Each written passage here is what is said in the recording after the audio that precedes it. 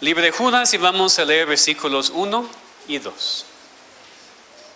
Judas, siervo de Jesucristo y hermano de Jacobo, a los llamados, santificados en Dios Padre y guardados en Jesucristo.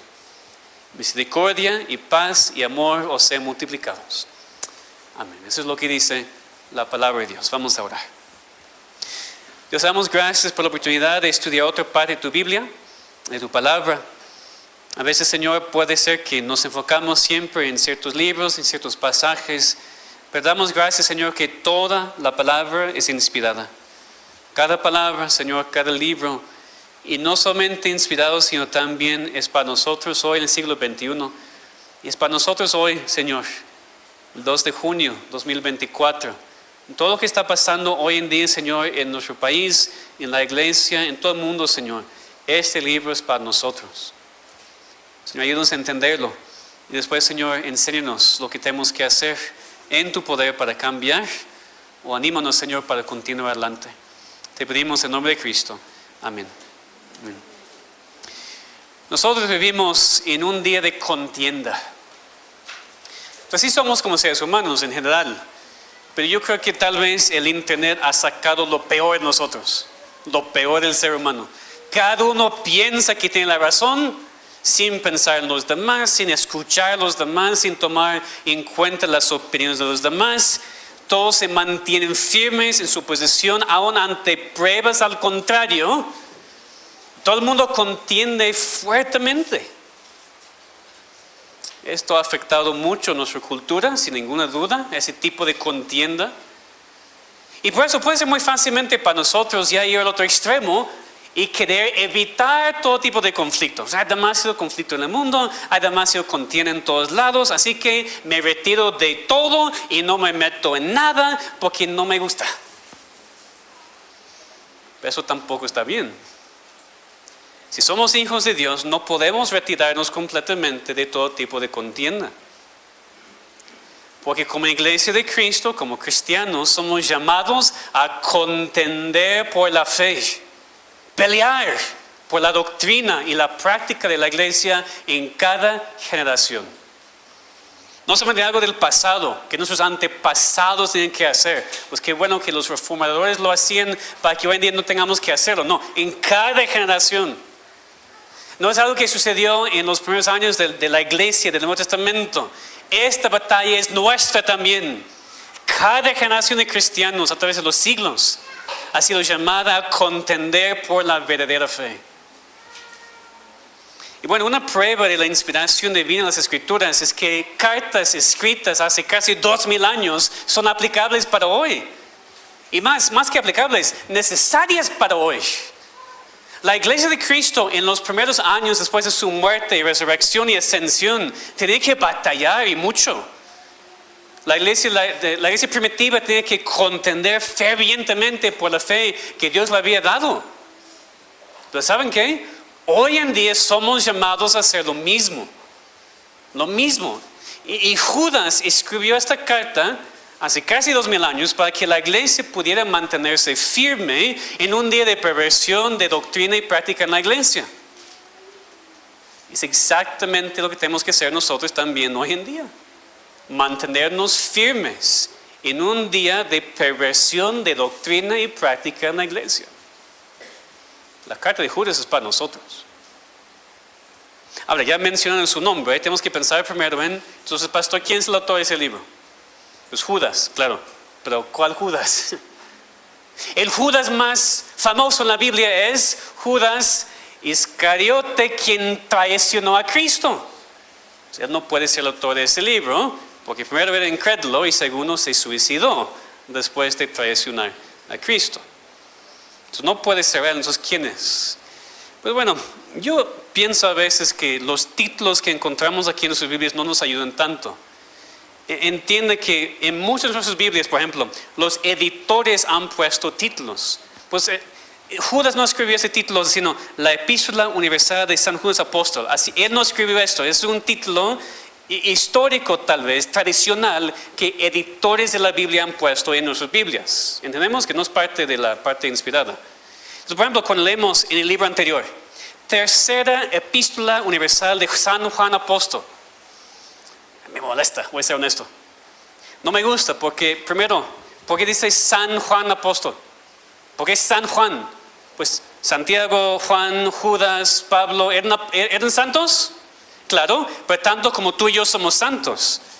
Este es tradicional más en la Iglesia Católica Romana, de llamarlos ellos santos, pero no son más santos que nosotros. ¿Tú sabes eso? Una parte. Pablo, Judas, Juan, no eran más santos que nosotros. Nosotros igualmente somos santos ante los ojos de Dios. Qué increíble, ¿no? Qué maravilloso. No me gusta que dice San Juan Apóstol, San Judas Apóstol. Pues Juan, está bien, Juan, Judas. No tanto de San porque nos confunden. Pero más, aquí en Judas, que pusieron apóstol, me parece mal. ¿Por qué? Pues vamos a ver aquí quién era este Judas, precisamente. Había un apóstol llamado Judas Iscariote, pero no es él. Había otro apóstol llamado Judas también, ¿se acuerdan? El famoso San Judas Tadeo, aquí de México, ¿verdad? Es tan famoso aquí en este país. Igual, no más santo que tú o yo, entonces no oran a él porque no puede hacer nada. ¿Entendemos eso? Entonces algunos piensan que él era el autor de este libro. El problema es que, aunque en Lucas, en la Reina Valera, se traduce Judas Tadeo, hermano de Jacobo, realmente debe ser traducido hijo de Jacobo. Entonces aquí dice muy claramente Judas en versículo 1 que era hermano de Jacobo, entonces no era Judas Tadeo que era apóstol. Por eso digo, el título aquí está mal. Por este libro no fue escrito por San Judas Apóstol, fue escrito por Judas, hermano de Cristo, que no era apóstol, era el medio hermano de Cristo. Apenas leemos de él en Mateo 3, en la lectura. Cuando los judíos dijeron, ¿no es el hijo del carpintero? ¿No se llama su madre María y sus hermanos Jacobo, José, Simón y Judas? Ahora es cierto que aquí en su carta Judas no hace referencia a ser hermano del Mesías, y vamos a ver por qué, pero sí dice que era hermano de Jacobo. Entonces, ¿quién era este Jacobo tan famoso que Judas puede decir, yo soy hermano de Jacobo? Y todos, ok, pues ya entendemos quién eres. Era Jacobo, igual no el apóstol, porque ya había muerto, ya había sido martirizado para ese entonces. Es el Santiago Jacobo que leemos en Hechos 15, que era pastor anciano de la iglesia en Jerusalén y quien escribió la carta de Santiago. Jacobo, Santiago, mismo nombre, sin entrar en detalles, pero para que sepan.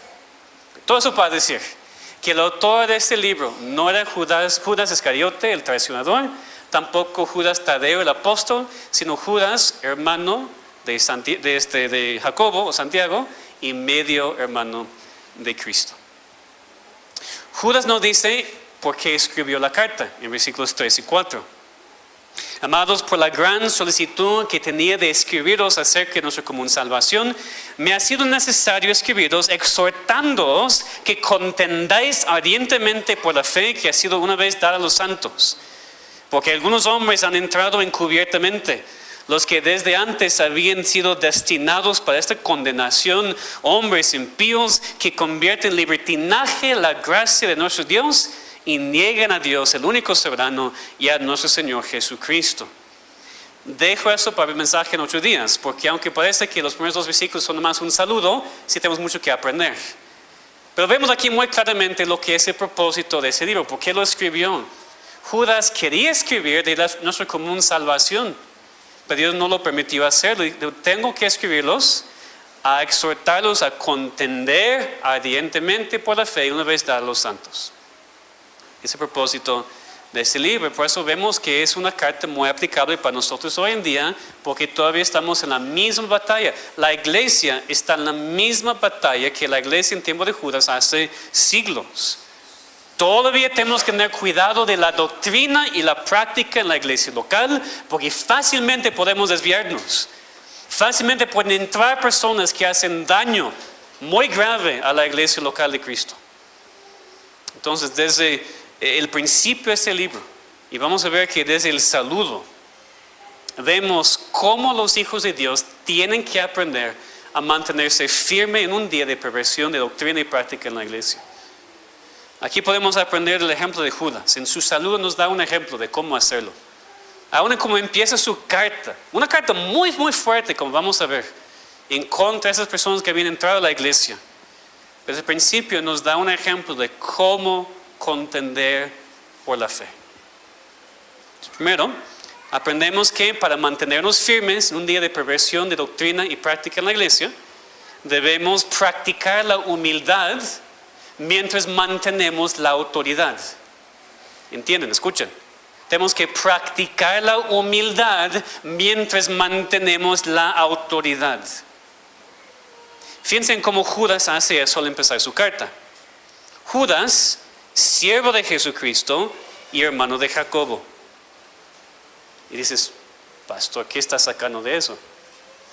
Bueno, por un lado es como normalmente una carta empieza. Pablo, Pedro, Santiago hacen lo mismo en sus cartas, hacen una breve introducción.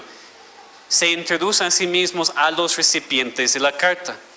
Pero como ya vimos, es interesante que Judas no nos dice específicamente quién es. No dice, yo soy hermano de Jesús. Se llama a sí mismo siervo de Jesucristo, no hermano de Jesucristo. Habla de su hermano Jacobo, pero no llama la atención a que era hermano de sangre del Mesías. No lo dice. Entonces, ¿qué vemos? Humildad. También la palabra traducida aquí, siervo, es en realidad una palabra mucho más fuerte. Es la palabra para esclavo. Siervo, sí, pero en un contexto mucho más fuerte, porque podemos confundirnos, ¿no? Un siervo no siempre un esclavo. Un esclavo siempre es un siervo. Pero un esclavo pertenecía en ese entonces completamente a su amo. Un esclavo no tenía derecho de hacer su propia voluntad, sino solamente la voluntad de su amo. Aquí vemos entonces una prueba de la humildad de Judas. Primero porque no quiere enfatizar su relación de sangre con el Mesías. Y pudiera haber empezado así. Judas, hermano del Mesías y nuestro Salvador Jesucristo. Así puede haber empezado porque era la verdad. Usando eso para asegurar una buena recepción de su carta. No lo hizo. Él prefirió reconocer que era siervo de Cristo. Su esclavo. Así como cualquier otro hijo de Dios. Pero la idea aquí de esclavo de Jesús, interesantemente no solamente habla de humildad, sino también de autoridad.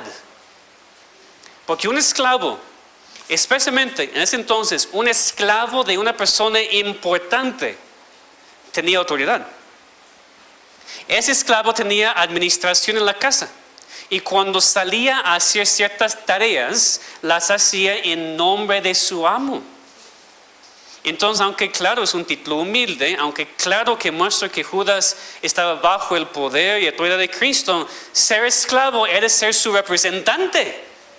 Y entonces tenía autoridad en lo que escribe aquí.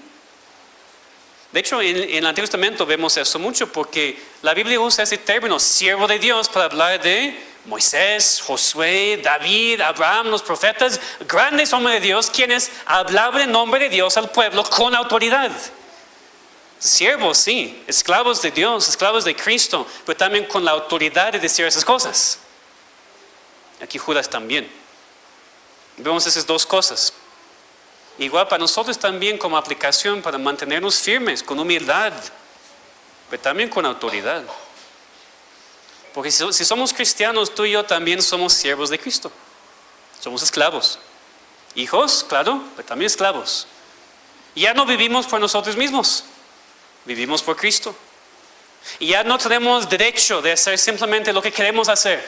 No, eres esclavo. Tú no decides por ti mismo. Dios decide por ti. No podemos hacer nuestra propia voluntad, sino la voluntad de nuestro amo. Entonces deberíamos vivir en humildad. Es un cristiano que se jacta de sí mismo, que vive en orgullo, tiene una perspectiva equivocada de quién es. Lo que nos define no es lo que sabemos, no lo que podemos hacer. Lo que nos define es nuestra relación con Dios. Lo que nos define es que somos sus hijos y somos sus esclavos. Entonces, aun cuando tenemos que tratar con falsa doctrina, falsa práctica en la iglesia, aun cuando tenemos que enfrentar el error en la iglesia, aun cuando tenemos que ser muy fuertes para proteger al pueblo de Dios, tenemos que hacerlo en humildad, reconociendo que somos siervos y esclavos de Dios. Pero también sí defendemos lo que creemos. Sí hacemos todo, pero todo para defender y proteger la iglesia. Sí somos muy fuertes y no nos rendimos cuando tenemos que tratar con error y falsedad en la doctrina o en la práctica. Porque somos humildes, sí, pero también tenemos autoridad. Tenemos la autoridad de Dios porque representamos a Dios. Y cuando contendemos ardientemente por la fe que Él ha dado a los santos, cuando tomamos la palabra de Dios en nuestras manos y decimos, así dice Dios, tenemos autoridad. Humildad, claro, pero también la autoridad de Dios. Que aprendamos entonces de cómo Judas empieza su carta, cómo se introduce su carta. Él no era apóstol, pero era un cristiano fiel que Dios usó para contender por la fe y preparar a la iglesia a contender también por la misma fe. Eso es muy importante para nosotros porque vivimos un día de contienda. Deberíamos contender también por la fe que Dios nos ha dado. O bueno, ¿la tenemos? Pues desde Cristo, los apóstoles, a través de la historia, Dios ha mantenido esa doctrina en su iglesia a través de los siglos. Tenemos que mantenerla, tenemos que contender por ella. Porque claro, lo hacemos en humildad. No lo hacemos porque somos mejores que los demás. Hermanos, no peleamos por la fe porque somos reformados. Eso no es la razón. Ser reformado no nos hace mejor que nadie. No nos hace más inteligentes ni nada. Lo hacemos como esclavos de Cristo. No podemos permitir que el nombre de nuestro Dios sea blasfemado así. Yo soy su esclavo y voy a defender a mi amo. Voy a defender, contender por lo que Él ha dicho y no rendirnos nunca. Y tenemos esta autoridad de parte de Dios para mantenernos firmes en un día de perversión de doctrina y práctica en la iglesia. Eso es primero. Para mantenernos firmes en este día, debemos preservar la humildad mientras mantenemos la autoridad. Después vemos que para mantenernos firmes en un día de perversión de doctrina y práctica en la iglesia, debemos enfatizar la sana doctrina. Enfatizar la sana doctrina. Porque después de que Judas se introduce, nos dice a quiénes está escribiendo. A los llamados, santificados en Dios Padre y guardados en Jesucristo. Judas aquí no dirige su carta a una iglesia específica, como Pablo hace con la iglesia de Roma, la iglesia de Éfeso, por ejemplo. Escribe su carta Judas a la iglesia en general, pero pensando en ciertos problemas específicos. Y en su descripción de esos cristianos que iban a recibir su carta, aprendemos algo de la doctrina de Judas. Aprendemos algo de lo que él quería que la iglesia defendiera. Lo que quería exhortar a los cristianos a defender y contender por la fe. Porque Judas no dice a los cristianos y los deja así, sino describe quiénes son los cristianos. Otra vez, ¿verdad? Dice los llamados, santificados y guardados. Lo que vemos, de manera sencilla, pero sí lo vemos, es que Judas tenía un correcto concepto del tema de la salvación. ¿Y qué es lo que siempre es atacado en la iglesia? La doctrina de la salvación. Tenemos que contender por la fe. ¿A qué nos referimos? Al evangelio, a la salvación. Entonces, aunque parece que nada más que así empieza su carta, vemos en su descripción de los creyentes el énfasis en la sana doctrina. Pues, ¿qué significa la salvación? ¿Qué hace Dios para salvarnos? ¿Quiénes somos como cristianos? Primero dice, somos los llamados. Eso vemos, por ejemplo, en Romanos 9 en cuanto a la elección y llamamiento de Dios en la salvación. Pero hay muchos pasajes en la palabra de Dios que hablan de nosotros como los llamados. Desde el Antiguo Testamento con Israel. Dios llamó a su pueblo de Egipto. Cristo llamó a los suyos. Dios, conforme a su decreto soberano, llama a quien quiere salvar y a ser sus hijos. Ahora, ¿qué significa? Cuando Dios llama a alguien, no es una mera invitación. Así pensamos como seres humanos. Una llamada, ¿verdad? Porque te llamo a hacer algo. Invitar, una invitación. Así no es el llamamiento de Dios. El llamamiento de Dios es un llamamiento en poder. Es un llamamiento que también efectúa la respuesta. Es decir, junto con el llamamiento da el poder para responder. ¿Entendemos? Muchos cristianos no entienden eso. Así Dios llama y si queremos ser salvos vamos a responder. ¿Qué es eso? Dios no es ser humano para llamarnos y esperar, espero que respondan. Dios es Dios, Dios es soberano. Cuando nos llama, nos da el poder para responder como Él quiere que respondamos. Él es todopoderoso para hacer eso. Si, es un buen ejemplo, si tú llamas a una persona que está al otro lado de la calle para que venga a ti, pues a lo mejor no te escucha, o tal vez te escucha pero no quiere, te ignora, o tal vez no puede cruzar la calle porque hay mucho tráfico. Tú llamas, pero no hay ninguna garantía de que la persona puede responder, ¿verdad? Con Dios no es así. Si Dios llama, bueno, por usar la ilustración, si Dios llama a esa persona de otro lado de la calle, va a venir porque Dios le va a dar el deseo y el poder para venir, sin ninguna duda. Así es la salvación. Dios no nos llama y espera que respondamos, Dios nos llama y ya somos salvos. Esa es parte de la sana doctrina. Y es parte de lo que a veces se pierde en muchas iglesias porque no creen eso, porque se enfocan en ser humano. Por favor, cree en Cristo. Él te está llamando, está tocando y por favor responde al pobre Salvador que quiere salvarte. Esa es falsa doctrina. No creemos en eso porque la Biblia no lo enseña. Dios es todopoderoso, si te llama te salva. Punto. Lo vemos aquí entonces con Judas, le recibe su carta. Cuando dice a los llamados, está diciendo algo. Está enfatizando la importancia de esta sana doctrina en la salvación. Entonces, esa es la base de nuestra confianza como cristianos. Esa es la razón por la cual podemos contender ardientemente por la fe, sabiendo que es la verdadera fe, no una fe falsa. Dios nos ha llamado, Dios ha hecho todo lo obra para salvarnos, escogernos, abrir los ojos, darnos la fe para creer en Cristo. Entonces, cuando alguien entra y te empieza a decir otra cosa, peor, tú estás en línea viendo videos de todos lados y ves otra cosa y la persona dice, no, es diferente. No, necesitamos creer lo que dice la palabra de Dios y tener cuidado con la sana doctrina. Pero Judas también habla de esos recipientes de su carta como los santificados en Dios Padre. Otras traducciones lo traducen como amados en Dios Padre, que parece ser lo más correcto. Y si es así, no es la primera vez en la Biblia que Dios relaciona las dos cosas, ser llamado y ser amado. Por ejemplo, leen conmigo en Romanos 1, versículos 6 a 7. Romanos 1, versículos 6 a 7. Quiero que veamos la relación entre el amor y el llamamiento. Romanos 1, versículos 6 y 7. Aquí Pablo está en su introducción a esta carta. Dice, entre las cuales estáis también vosotros, llamados a ser de Jesucristo, a todos que estáis en Roma, y fíjense en las dos cosas, amados de Dios, llamados a ser santos. Las dos cosas van de la mano. Y tiene sentido porque la única base del llamamiento es el amor. ¿Por qué Dios nos llama? Dios ve desde el cielo y dice, tú eres muy bueno, eres una buena hija, eres buena esposa, eres buen hombre, te llamo, buena persona, ven a mí. No, Dios ve un mundo lleno de pecadores, personas terribles que no hacen nada correcto. Y dice, te llamo, no porque lo mereces, sino porque te amo, punto. ¡Qué increíble! Y qué confianza nos da, porque si nosotros estamos pensando, bueno, ¿por qué Dios me llamó? No estoy seguro si Dios me ha llamado, no sé si Él me ama. No te ama por nada en ti, porque no hay nada en ti que merece ser amado.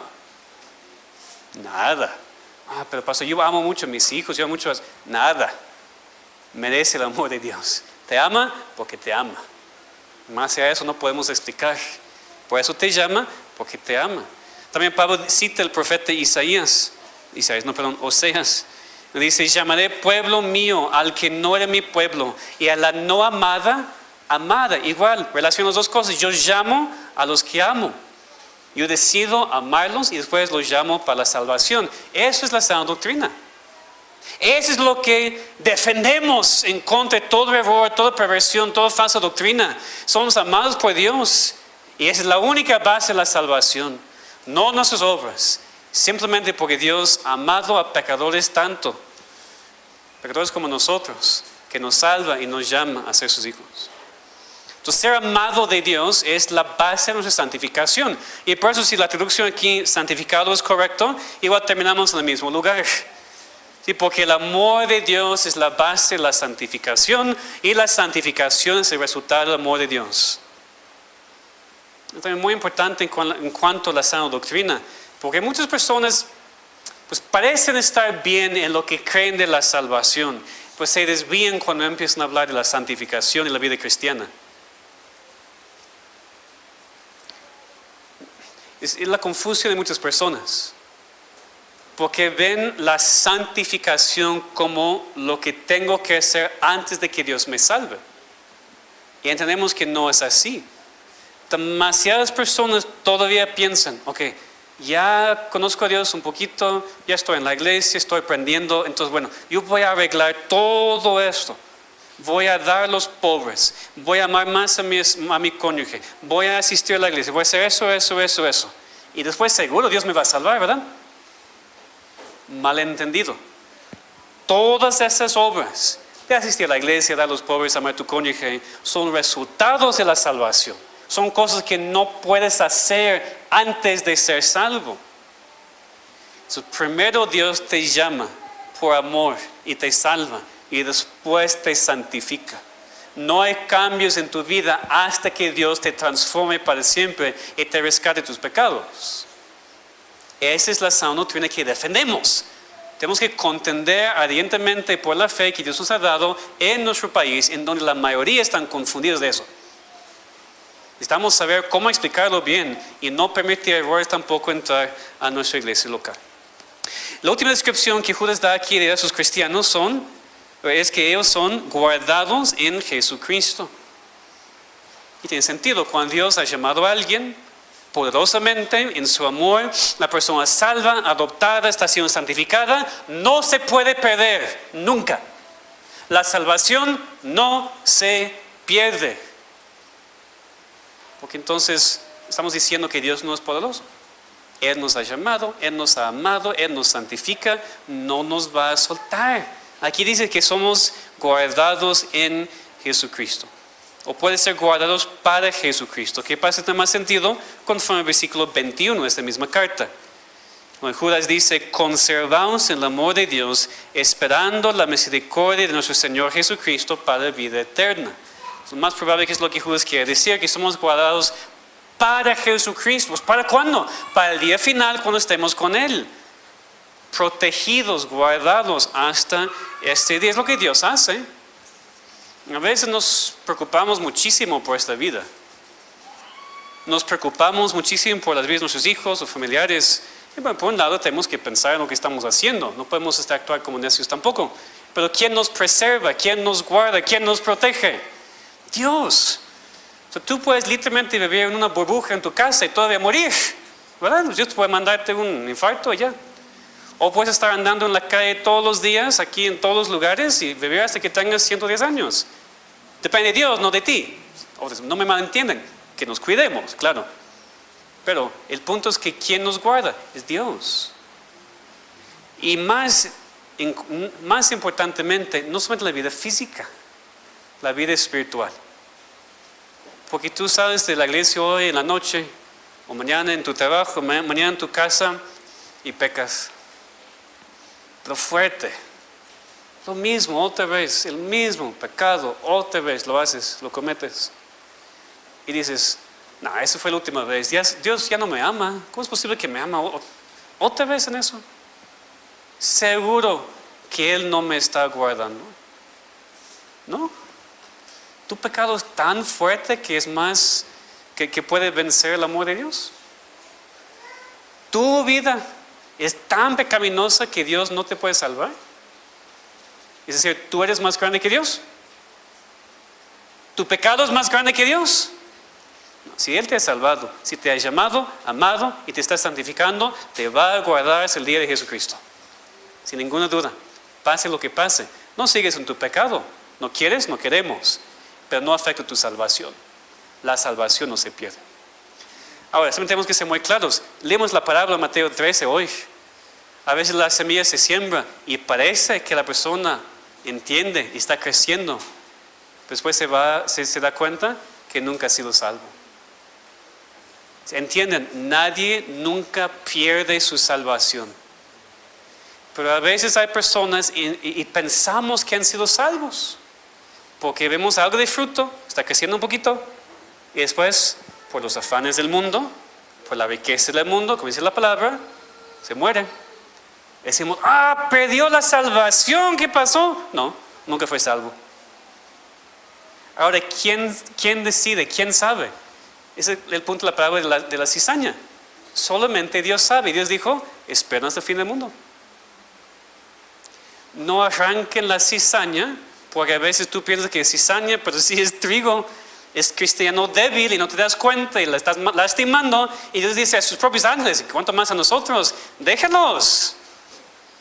Se dan cuenta por sus propios frutos y si salen por sí mismos. Pero nosotros no somos quienes decidimos quién es y quién no es. Solamente Dios sabe. Entonces, bueno, estamos combinando el mensaje de hoy con la lectura de hoy. Pues qué bueno, ¿no? Para ver cómo todo se conecta en la palabra de Dios.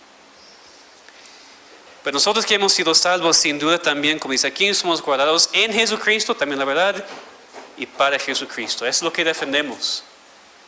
Si también hay iglesias en nuestro propio país, y tal vez ustedes conocen a personas que van a iglesias en donde se enseña, tu salvación se pierde, cuidado, no tengas eso, no hagas eso, porque pues vas a perder tu salvación, vas a tener que empezar otra vez. No es cierto.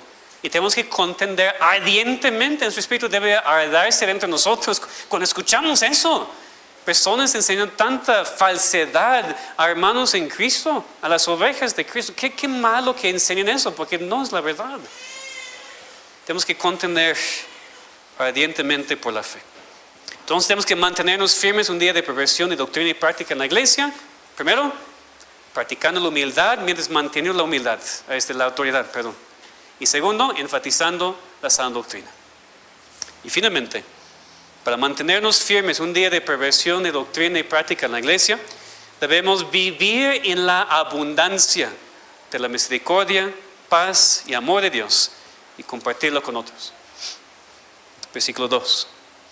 Misericordia y paz y amor os sean multiplicados. Pues sí, por un lado, un saludo normal. Así se empezó una carta en ese entonces. Pero hay más aquí también.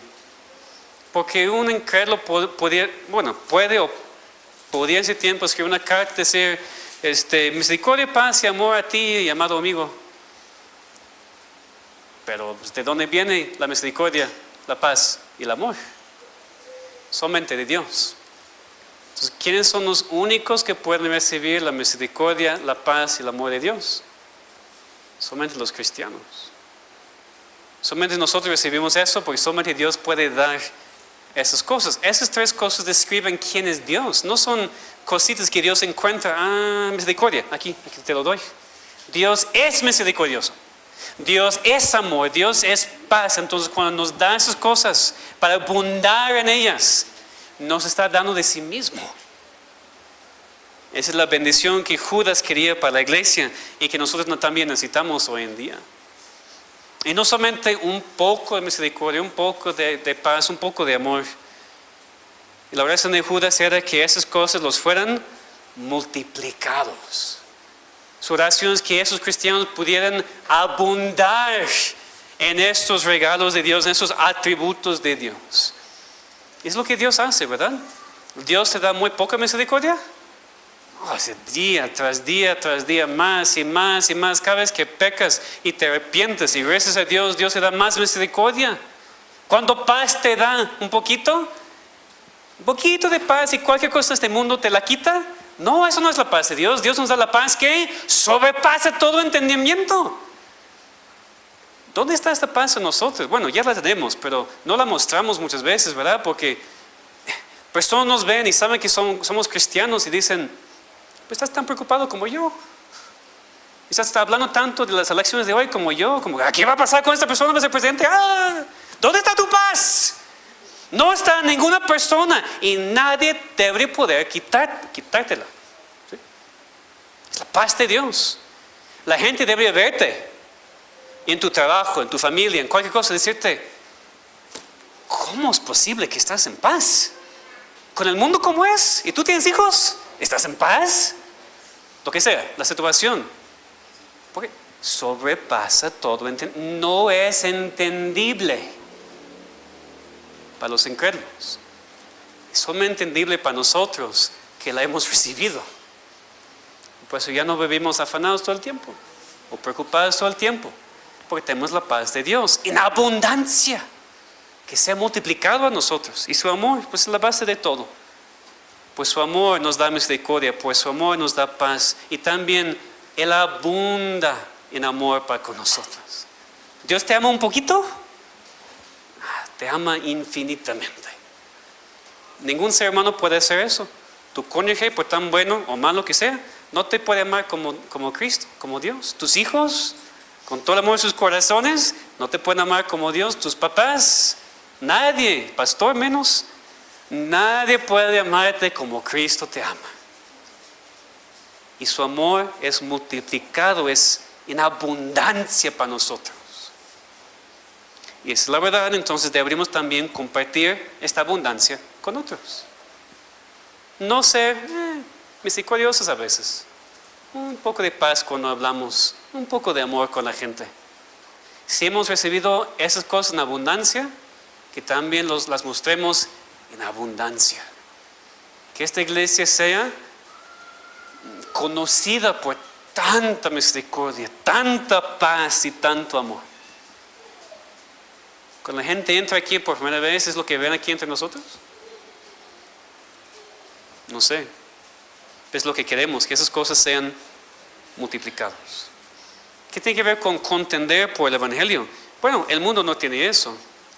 Y cuando los falsos maestros y las perversiones entran en la iglesia, quitan esas cosas. Una iglesia está en error, en falsedad.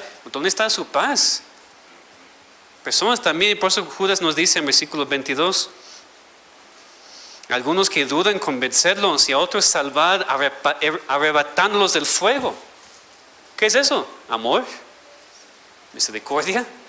Tú ves otro cristiano desviándose en camino del infierno por su pecado y no dices, bueno, espero que alguien hable con él, está mal. ¿Qué dice aquí? Bueno, vamos a estudiar eso más adelante, pero dice, a otros salvan arrebatándolos del fuego. Que tú entres por tu misericordia, tu amor para con la persona, tú entres en el fuego mismo para sacarle. Porque le amas tanto. Porque tienes misericordia, porque quieres que la persona tenga paz.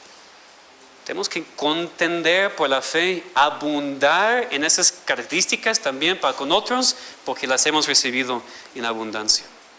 Entonces aquí al principio de la carta, en nada más el puro saludo, Judas está estableciendo la base para lo que quiere comunicar en esta iglesia, a la iglesia. La iglesia tiene que mantenerse firme en contra de la perversión de la doctrina y la práctica en la iglesia. Hay una manera para hacerlo. Y no es contendiendo en la carne. No es contendiendo como el mundo lo hace. Yo temo que la iglesia hace eso muchísimo. Sino mantenernos humildes mientras mantenemos la autoridad.